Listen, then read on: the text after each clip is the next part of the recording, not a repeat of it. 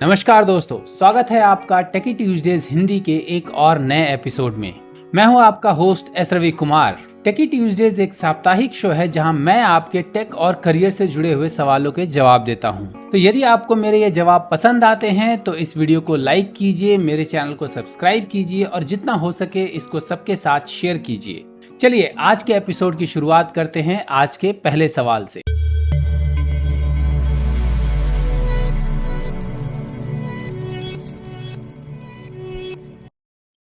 आज का पहला सवाल शुभम का है। वो पूछते हैं, is it worth learning the new programming language carbon launched by Google? यानी कि क्या गूगल के द्वारा लॉन्च किया गया नया प्रोग्रामिंग लैंग्वेज कार्बन सीखने के काबिल है या सीखने लायक है? शुभम, किसी भी प्रोग्रामिंग लैंग्वेज की वर्थ या कीमत आइडेंटिफाई करने के लिए बहुत सारे फैक्टर्स इन्वॉल्व होते हैं, बहुत सारे पॉइंट्स इन्वॉल्व होते हैं। लाइक कि वो सीखने में कितना इजी है, उसकी यूजिबिलिटी क्या है, कहाँ कहाँ यूज़ किया जा सकता है, एक्सेप्टेबिलिटी क्या है, कितनी कंपनीज उसको यूज़ कर रही हैं, कहाँ यूज़ कर रही हैं, किस लिए यूज़ कर रही हैं, उनसे कितना पैसा कमा रही हैं, उसकी कम्युनिटी कितनी बड़ी है, डेवलपर कम्युनिटी कितनी बड़ी है, उसके अलावा उस लैंग्वेज को, प्रोग्रामिंग लैंग्वेज को कौन सी कंपनी है वो बैक कर रही है और कितनी बैक कर रही है। इन सारे पॉइंट्स के ऊपर जो है आपकी इस किसी भी प्रोग्रामिंग लैंग्वेज की जो कीमत है या वर्थ जो है वो डिसाइड होती है। और अगर इन सारे पॉइंट्स के बारे में सोचा जाए तो कार्बन जो है वो फेयरली न्यू प्रोग्रामिंग लैंग्वेज है, बहुत ही नया प्रोग्रामिंग लैंग्वेज है।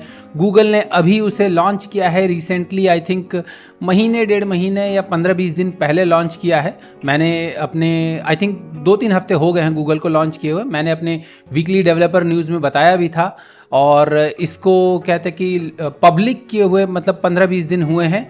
और इसके अलावा इसको जैसे यूज़ करने वाले हैं अभी अराउंड इसको 25,000 स्टार मिल चुके हैं गिटहब पर। कार्बन जो है वो ओपन सोर्स प्रोग्रामिंग लैंग्वेज है।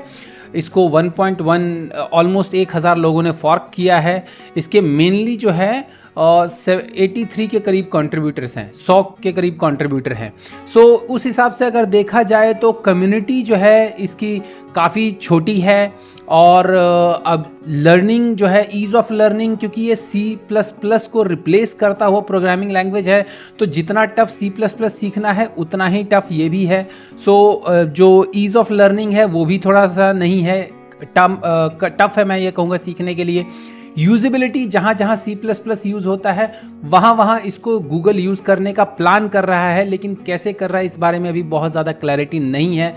एक्सेप्टेबिलिटी की बात करें तो मोस्टली इसको गूगल या गूगल के जो क्लाइंट्स हैं वही यूज़ कर रहे हैं जिनको कि गूगल पुश कर रहा है। इसके बारे में सच बताओ तो बहुत ज़्यादा डिटेल्स मेरे पास नहीं है, लेकिन इतना ये कहेंगे कि फेयरली चूँकि नया प्रोग्रामिंग लैंग्वेज है तो यूजिबिलिटी भी जो है वो बहुत कम लोग इसको यूज़ कर रहे होंगे। और कम्युनिटी तो ऑफ कोर्स मैं ये कहूँगा कि गूगल का है तो कितने ही कम्युनिटी अभी कितनी ही बड़ी होगी, लेकिन अभी तो 100 डेवलपर इस पर काम कर रहे हैं या 100 डेवलपर कंट्रीब्यूटर हैं इस प्रोग्रामिंग लैंग्वेज के। और उसके अलावा जो हैं अराउंड 1,000-1,500 के करीब लाइक्स हो चुके हैं। 1,000-1,500 नहीं, सॉरी 25,000 लाइक्स हो चुके हैं। हाँ जी, 25,000 लाइक्स हो चुके हैं। फॉर्क जो है वो 1,000 लोगों ने फॉर्क किया है। फॉर्क करने का मतलब जो होता है कि आपको अपनी कॉपी बना करके, अपना वर्जन बना करके इस पर ट्राई आउट वगैरह कर रहे हैं। दैट मीन्स की कम्युनिटी जो है वो 1,000 लोगों की कम्युनिटी है अभी। तो कम्युनिटी भी मैं ये कहूँगा कि बहुत ही छोटी है। सो मेरे ख्याल से हर किसी के सीखने के लिए नहीं है इसकी कीमत। अभी अगर वर्थ की बात की जाए तो फेयरली इसकी वर्थ जो है वो बहुत ही लो है। हर किसी के सीखने के लिए नहीं है ये, बिकॉज हर कोई अभी इस चीज़ को सीखेगा तो मोस्टली जो लोग सीखते हैं कोई भी प्रोग्रामिंग लैंग्वेज जब सीखते हैं तो they learn it in order to earn from it ज़्यादातर, क्योंकि ये अर्न करने के लिए किसी न किसी फॉर्म में अर्न करने के लिए जो है वो सीखते हैं। सो मेरे ख्याल से किसको सीखनी चाहिए ये प्रोग्रामिंग लैंग्वेज, किसके लिए ये वर्थ है? तो ये वर्थ है C++ डेवलपर्स के लिए जो ऑलरेडी एक्सपीरियंस्ड C++ डेवलपर्स हैं उनके लिए। और ये वर्थ है जो आपके हॉबिस्ट या स्टूडेंट्स जो हैं जो यंग एज में है, यंग एज यानी कॉलेज स्टूडेंट्स हो गए, आपके 10th 12th किए हुए जो भी मतलब स्टूडेंट्स या यंग स्टूडेंट्स जो हैं फ्रॉम 18 टू आफ्टर जितने भी हैं जिनको भी प्रोग्रामिंग सीख सकते हैं, जो भी जिनको भी प्रोग्रामिंग आती है, क्योंकि बेसिक C++ प्रोग्रामिंग जो है जिनको भी आती है या सीखते हैं, प्राइमरली मतलब C++ डेवलपर्स के लिए जो है वर्थ है इसको सीखना। प्लस उनके लिए बेनिफिशियल भी ये रहेगा, वर्थ इस तरीके से भी है कि अगर आप अपना पर्सनल ब्रांड बनाना चाहते हैं, आप अगर अपने आप को एज ए एक्सपर्ट शोकेस करना चाहते हैं, तो उसके उनके लिए वर्थ है। जो लोग मतलब अपना जो वो C++ डेवलपर जो कि अपना पर्सनल ब्रांड बनाना चाहते हैं, या वो स्टूडेंट्स जो कि अपना पर्सनल ब्रांड बनाना चाहते हैं, वो इसको सीख सकते हैं। क्योंकि जैसा मैंने कहा, यूजिबिलिटी के बारे में बहुत ज़्यादा क्लैरिटी नहीं है, कम्युनिटी बहुत ज़्यादा बड़ी नहीं है। सो इसके बारे में मैं ये कहूँगा कि अभी इससे रिलेटेड जॉब्स वगैरह जो है वो तो नहीं आने वाली, एटलीस्ट अगले 6 महीने, साल भर, 1.5 साल में जॉब्स वगैरह नहीं आने वाली। और 6 महीने, साल भर, 1.5 साल में भी इतना ज़्यादा जॉब मुझे नहीं लगता कि आएगी, क्योंकि ये C++ का रिप्लेसमेंट है। और सो C++ का यूज़ जो है बहुत ही लो लेवल के काम में होता है, एम्बेडेड प्रोग्रामिंग में हो गया, आपके कंपाइलर डिज़ाइन में हो गया, या इस तरह की मतलब जो लो लेवल की चीज़ें हैं तो ये वहाँ पर होता है। और इन सब चीज़ों में जो है आपके जॉब्स वगैरह जो है वो बहुत ही हाई एंड पे आते हैं। सो ऐसे C++ डेवलपर्स या ऐसे स्टूडेंट जो अपने आप को एक्सपर्ट बनाना चाहते हैं, जैसे स्टूडेंट जो अपना नया करियर शुरू कर रहे हैं, जो कि बेसिकली कंटेंट क्रिएटर अगर कोई बनना चाहता है, तो उसके लिए बहुत अच्छा मौका है, क्योंकि गूगल की टेक्नोलॉजी है, तो गूगल जो है उनके कंटेंट को और ज़्यादा अपने सर्च इंजन में पुश करेगा। कोई भैया ट्यूटोरियल बना दे कार्बन का, गेटिंग स्टार्टेड ट्यूटोरियल बना दे, छोटे छोटे प्रॉब्लम सॉल्व करना शुरू कर दे, C++ के जो प्रॉब्लम्स हैं उनको जो है इसमें कार्बन लैंग्वेज में लिखना शुरू कर दे। तो इस तरह के काम करने वाले जो लोग हैं, सो अगर आप इन्फ्लुएंसर बनना चाहते हैं, कार्बन लैंग्वेज का, प्रोग्रामिंग लैंग्वेज का इन्फ्लुएंसर बनना चाहते हैं, तो आपके लिए बहुत ही अच्छा तरीका है। क्योंकि मुझे याद है जब आज से 4-5 साल पहले जब फ्लटर आया था, 2018 की बात है, 2018-19 में फ्लटर आया था, तो एक स्टूडेंट ने यूट्यूब चैनल स्टार्ट किया था और उस फ्लटर को ट्राई आउट करते हुए, और आज की डेट में वो गूगल डेवलपर एक्सपर्ट है उसका। सो गूगल की तरफ से उसको बहुत सारी फंडिंग वगैरह मिल जाती है, वो कहीं कहीं ट्रैवल वगैरह भी उसने किया हुआ है, गूगल के उसमें कॉन्फ्रेंसेस में सेशंस वगैरह भी दिए हुए हैं। सो जो स्टूडेंट्स वगैरह हैं जिनके पास जिनका की इंटरेस्ट है, जिनको C++ थोड़ी अच्छी आती है या C++ सीख सकते हैं और इस तरफ जाना चाहते हैं, कंटेंट क्रिएशन में जाना चाहते हैं, या अपना personal brand as an expert जो है वो शोकेस करना चाहते हैं, तो नई चीज़ है, इसके एक्सपर्ट्स जो है वो बहुत कम मिलेंगे, तो उनके लिए जो है ये अच्छी अपॉर्चुनिटी है। उसी तरह से जो एक्सपीरियंस C++ डेवलपर्स हैं, जो कि अपने आप को एक्सपर्ट के तौर पर एस्टेब्लिश करना चाहते हैं, उनके लिए ऑफ कोर्स ये अच्छी अपॉर्चुनिटी है, वो इसको सीख सकते हैं। लेकिन जो रेगुलर डेवलपर हैं या जो लोग जॉब सर्च कर रहे हैं या जो ऑलरेडी जॉब कर रहे हैं, उनके लिए उतना वर्थवाइल नहीं है। अगला सवाल अनीश का है, वो पूछते हैं, how practical is it to avoid an open source project from being used for bad और evil purposes.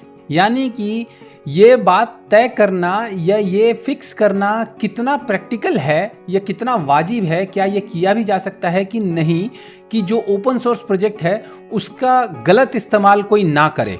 Anish, open source developer के लिए ये बहुत ज़्यादा प्रैक्टिकल नहीं है कि इस बात को तय करना कि उसके जो कोड को है वो कोई भी गलत इस्तेमाल करे या ना करे, कैसे करे, ये बहुत ज़्यादा प्रैक्टिकल नहीं है, प्रैक्टिकली पॉसिबल नहीं है कि कोई भी हर ओपन सोर्स डेवलपर जो है वो इस बात को तय करे। बिकॉज ओपन सोर्स प्रोजेक्ट मतलब होता ही है कि ओपन सोर्स है, आपका सोर्स कोड जो है वो अवेलेबल होता है, कोई भी डाउनलोड करके, जिसको भी वो प्रोग्रामिंग लैंग्वेज आता है वो उस सोर्स कोड को डाउनलोड करके, उसको समझ करके, उसमें अगर उसको कुछ कमियां लगती हैं या तो वो कमियां फिक्स कर सकता है, या कुछ चेंजेस वगैरह करके उसको यूज़ करके अपना कोई भी और प्रोडक्ट वगैरह बना सकता है, या किसी भी तरह का टूल बना सकता है। न्यूक्लियर एनर्जी का यूज़ जो इन्वेंशन जो है वो तो किया गया था भैया कि एनर्जी सोर्स के लिए, ताकि लोगों को इलेक्ट्रिकल एनर्जी मतलब इलेक्ट्रिसिटी वगैरह जो है वो मिले एज ए एनर्जी सोर्स के तौर पर। न्यूक्लियर पावर का जो है इन्वेंशन किया गया था, लेकिन यूटिलाइजेशन तो बॉम्ब बनाने के लिए भी किया जा रहा है उसका। सो ये चीज़ तय करना जो है कि किसी भी ओपन सोर्स प्रोजेक्ट या ओपन सोर्स कोड को गलत तरीके से लोग यूज़ करें या ना करें, ये तय करना, ये फिक्स करना जो है ये बहुत ज़्यादा प्रैक्टिकल नहीं है। I really doubt. इवन आप अगर एक बड़ी कंपनी है तब भी ये आप इंश्योर नहीं कर सकते, बिकॉज होता क्या, आप ओपन सोर्स कोड है, सोर्स कोड कोई भी डाउनलोड कर सकता है, वो उसको चेंज कर सकता है अगर उसको आता है तो। लेकिन ये इतना आसान भी नहीं है कि आप किसी भी ओपन सोर्स एप्लीकेशन को या ओपन सोर्स कोड को खट से गलत यूज़ में कर सकें। उसके लिए आपको एक अलग लेवल का जो है एक्सपर्टीज़ चाहिए होता है, और हर कोई वो कर भी नहीं पाता है। सो ये है कि जो, लेकिन ओपन सोर्स के जो प्रोज हैं कि भैया ओपन सोर्स है, हर किसी को सीखने को मिलता है, ज़्यादातर लोग सपोर्ट कर सकते हैं, उसमें कंट्रीब्यूट कर सकते हैं। सो प्रोज जो है वो इस जो छोटे से कॉन है कि कोई इसको गलत यूज़ कर सकता है, उस कॉन को जो है आउटवे कर देते हैं। इस वजह से ओपन सोर्स कोड जो है वो बहुत ज़्यादा पॉपुलर है। अगला सवाल अमन का है। वो पूछते हैं, do class 12th board results matter for applying in an IT company? यानी कि क्या क्लास 12th बोर्ड के रिजल्ट्स जो हैं वो किसी IT कंपनी में अप्लाई करते टाइम मैटर करते हैं? अमन, बिल्कुल मैटर करते हैं। स्पेशली इंडिया में तो बहुत ज़्यादा मैटर करते हैं। यदि आपका सपना बड़ी IT कंपनीज में जाने का है तो आपके 12th का जो रिज़ल्ट है वो बहुत ज़्यादा मैटर करता है। यदि नॉर्मल एवरेज IT कंपनीज में जाने का है तो मैटर बहुत ज़्यादा नहीं करता है, लेकिन बड़ी कंपनीज़ के लिए तो बहुत ज़्यादा मैटर करता है। स्पेशली जैसे TCS हो गया, इन्फोसिस हो गया, विप्रो हो गया, HCL हो गया, इन सब के लिए मैटर करता है। स्पेशली अगर आप फ्रेशर के तौर पर जाना चाहते हैं तो और भी ज़्यादा मैटर करता है, क्योंकि ये कंपनीज जो हैं वो फ्रेशर को चूज़ ही इस बेसिस पे करती हैं कि आपके 10th और 12th में बोर्ड्स के जो मार्क्स हैं वो 60% से अबव होने चाहिए। इनफैक्ट HCL का जो अभी रिसेंटली इन्होंने, आई थिंक रिसेंटली यानी 4-5 साल हो गए, 2017 से इन्होंने ये प्रोग्राम लॉन्च किया है। They are calling it tech B, जिसमें कि ये 12th पास जो लड़के हैं, या 12th पास जो स्टूडेंट्स हैं उनको जो है वो अपने सीधे हायर करते हैं और उनको ट्रेन करते हैं। उनको जो है 1 लाख रुपए लेते हैं इस काम का सारा, और ट्रेन करके स्टाइफंड वगैरह देते हैं, ऑल दैट उनका पूरा ये प्रोग्राम है। So they are calling it tech B. So उस प्रोग्राम के लिए भी जो रिक्वायरमेंट है वो मिनिमम रिक्वायरमेंट यही है कि 12th में आपके 60% से अबव मार्क्स आने चाहिए। सो इंडिया में अगर आप किसी बड़ी कंपनी में काम करना चाहते हो तो 12th बोर्ड के मार्क्स ज़रूर मैटर करते हैं। एवरेज कंपनीज में या मीडियोकर लेवल कंपनीज में जो है ये उतने ज़्यादा मैटर नहीं करते। स्पेशली अगर आप experience, after a certain experience जो है आपकी एक्सपर्टाइज ज़्यादा मैटर करती है, 12th के मार्क्स नहीं मैटर करते। लेकिन in the beginning of your career, starting में जब आप फ्रेशर होते हो या जब आप अपना करियर शुरू कर रहे हो तो ये चीज़ मैटर करती है। बड़ी कंपनीज में तो तब भी मैटर कर, एक्सपीरियंस लेवल पर भी मैटर करती है। TCS वगैरह जो है वो कई बार 60% से अबव वाले जो एक्सपीरियंस प्रोफेशनल्स हैं उनके भी जो रिज्यूम है वो रिजेक्ट कर देते हैं, अनलेस एंड अनटिल कि उन्होंने कोई स्पेशल काम ना किया हो। अदरवाइज जो एवरेज जो 60% से अबव वाले हैं उन सबको वो 60% से बिलो वाले जो हैं उनको वो रिजेक्ट कर देते हैं। वो हमेशा 60% से अबव वाले जो कैंडिडेट्स हैं उन्हीं को हायर करते हैं या उन्हीं का रिज्यूम जो है वो सेलेक्ट करते हैं for further round of interviews. अगला सवाल राकेश का है। वो पूछते हैं, what is the main difference between software developer and software designer? यानी कि सॉफ्टवेयर डेवलपर और सॉफ्टवेयर डिजाइनर में क्या फर्क है? राकेश, सॉफ्टवेयर डिजाइनर और सॉफ्टवेयर डेवलपर में मेन फर्क है डेवलपर और डिजाइनर वर्ड का। Okay, so on the serious note, basically ये दोनों जो हैं, सॉफ्टवेयर डेवलपर या सॉफ्टवेयर डिजाइनर जो हैं, ये दोनों जो हैं वो टाइटल्स हैं, जॉब टाइटल्स हैं। और मैं हमेशा कहता हूं कि टाइटल्स के पीछे ना जाएं, रिस्पॉन्सिबिलिटीज़ के पीछे जाएं कि इन जॉब टाइटल्स की क्या रिस्पॉन्सिबिलिटीज़ होती हैं।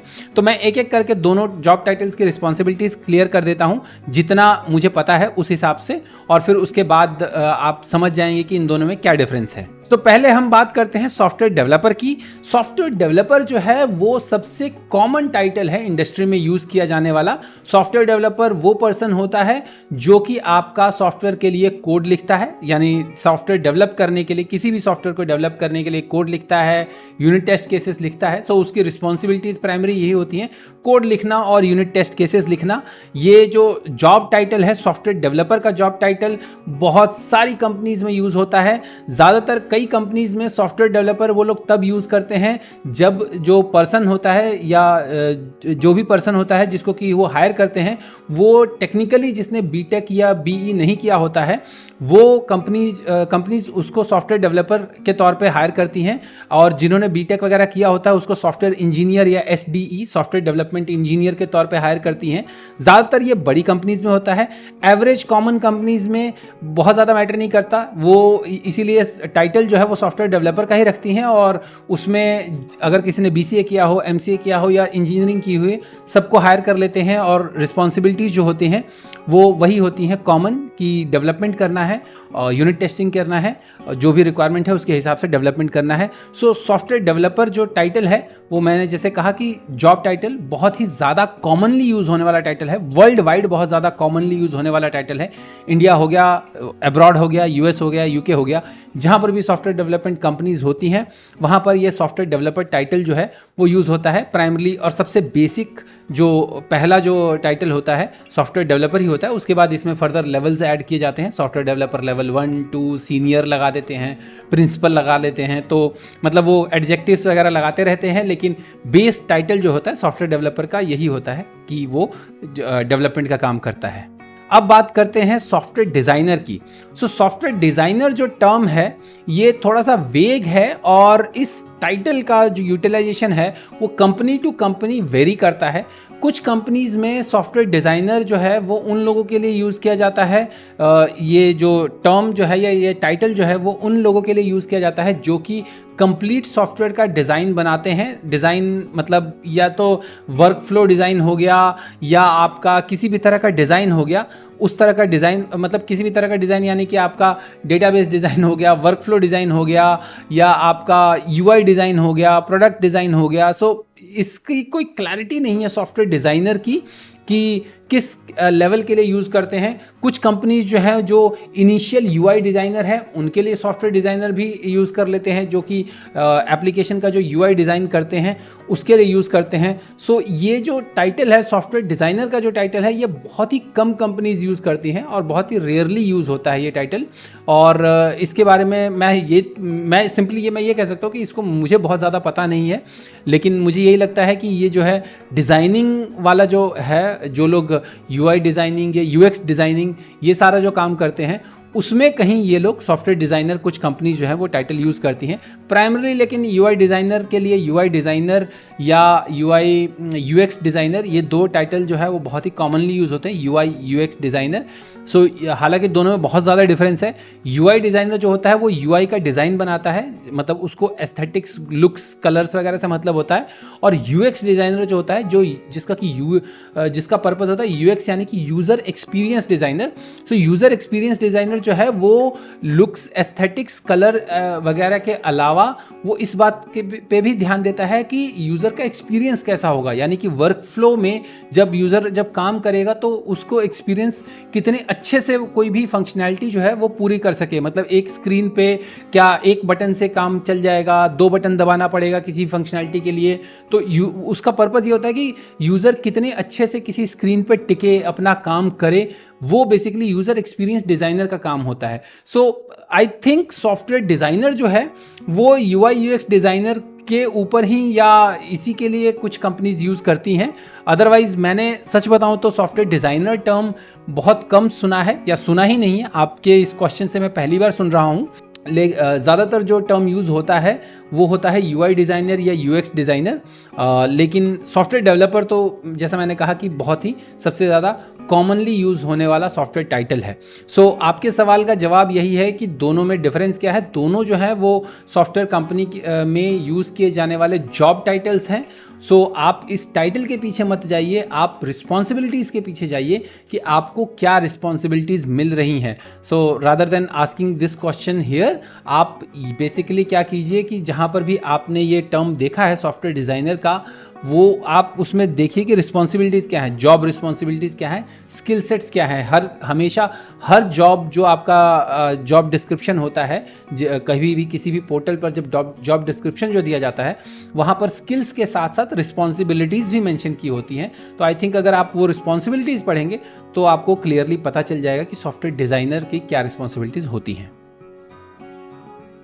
अगला सवाल अभिषेक का है। वो पूछते हैं विच GUI framework is mostly used in the software industry for developing stand alone desktop apps. यानी कि सॉफ्टवेयर इंडस्ट्री में स्टैंड अलोन डेस्कटॉप एप्लीकेशंस बनाने के लिए कौन सा GUI फ्रेमवर्क यानी ग्राफिकल यूजर इंटरफेस फ्रेमवर्क जो है वो सबसे ज्यादा यूज होता है या सबसे ज्यादा पॉपुलर है। अभिषेक, मैंने अभी तक इस बारे में ऐसा कोई रिसर्च डेटा तो पढ़ा नहीं है कि कौन सा GUI या ग्राफिकल यूज़र इंटरफेस जो है वो सबसे ज़्यादा पॉपुलर है इसमें सॉफ्टवेयर इंडस्ट्री में डेस्कटॉप एप्लीकेशंस बनाने के लिए, बिकॉज ज़्यादातर जो रिसर्च वगैरह होता है वो इस टॉपिक पे मैंने अभी तक पढ़ा नहीं है। होता होगा, किसी ने किया होगा, लेकिन मैंने इसके बारे में पढ़ा नहीं है।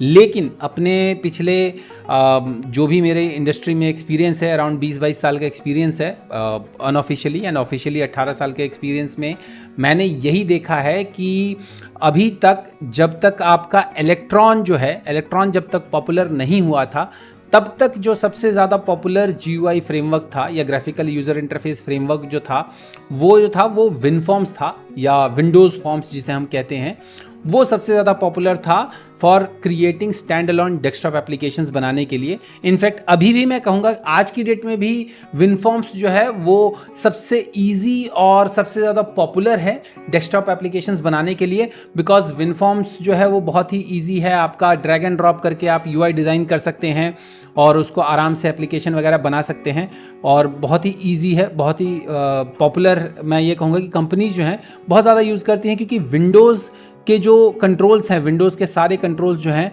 वो विनफॉर्म्स में अवेलेबल हैं। और विंडोज़ जो है वो 90% कंपनीज़ या उनके एम्प्लॉयज़ जो हैं वो विंडोज़ यूज़ करते हैं। इस वजह से जो है विनफॉर्म्स जो है स्टैंड अलोन डेस्कटॉप एप्लीकेशंस बनाने के लिए बहुत ही पॉपुलर हुआ करते थे। लेकिन इलेक्ट्रॉन के आने के बाद से इसकी पॉपुलैरिटी में थोड़ी कमी आई है, बिकॉज इलेक्ट्रॉन, जैसा कि आप लोगों को अगर पता नहीं है तो आप लोग सर्च कर सकते हैं इलेक्ट्रॉन के बारे में। इलेक्ट्रॉन फ्रेमवर्क है। सो इलेक्ट्रॉन यूज़ करके आप वेब टेक्नोलॉजीज़ यूज़ करके डेस्कटॉप एप्लीकेशंस बना सकते हैं।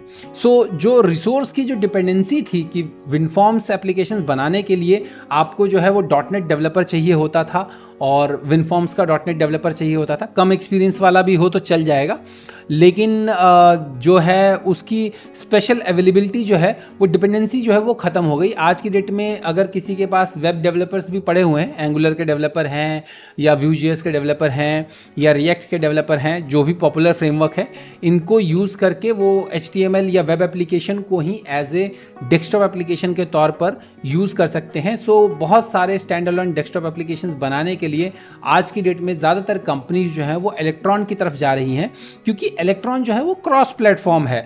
सो विंडोज़ का जो पेनिट्रेशन, अब जो पॉपुलैरिटी है, विंडोज़ के अलावा अब लिनक्स सिस्टम्स की भी पॉपुलैरिटी बढ़ रही है। लोग लिनक्स भी यूज़ कर रहे हैं, बहुत सारे लोग क्रोम बुक्स यूज़ करते हैं और उसके अलावा मैक की भी पॉपुलैरिटी बढ़ रही है।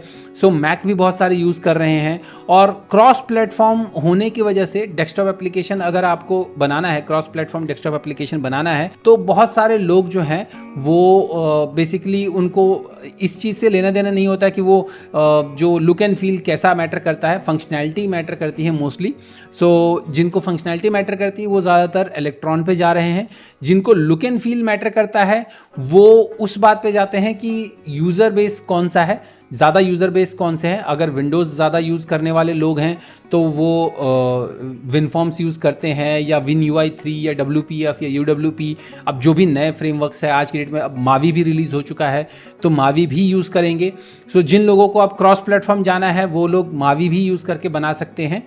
लेकिन आज की डेट में अगर मैं आज की डेट इन द सेंस कि मावी के आने से पहले की बात करूं और इनफैक्ट अभी करंट टाइम्स की बात करूं, तो करंट टाइम्स में ज़्यादातर स्टैंड अलोन डेस्कटॉप एप्लीकेशंस बनाने के लिए जो पॉपुलर फ्रेमवर्क है that is either your WinForms. जो जिनके पास .NET रिसोर्सेज की अवेलेबिलिटी है दे यूज़ आइदर विनफॉर्म्स, और जिनके पास .NET रिसोर्सेज की अवेलेबिलिटी नहीं है they use Electron with any web framework. जो भी उनके पास जिसके भी डेवलपर अवेलेबल हैं उसके साथ वो इलेक्ट्रॉन यूज़ करते हैं। बट अगेन, जैसा मैंने कहा कि ये मेरे एक्सपीरियंस के बेसिस पर है, जो मैंने इंडस्ट्री में देखा है उसके बेसिस पर है।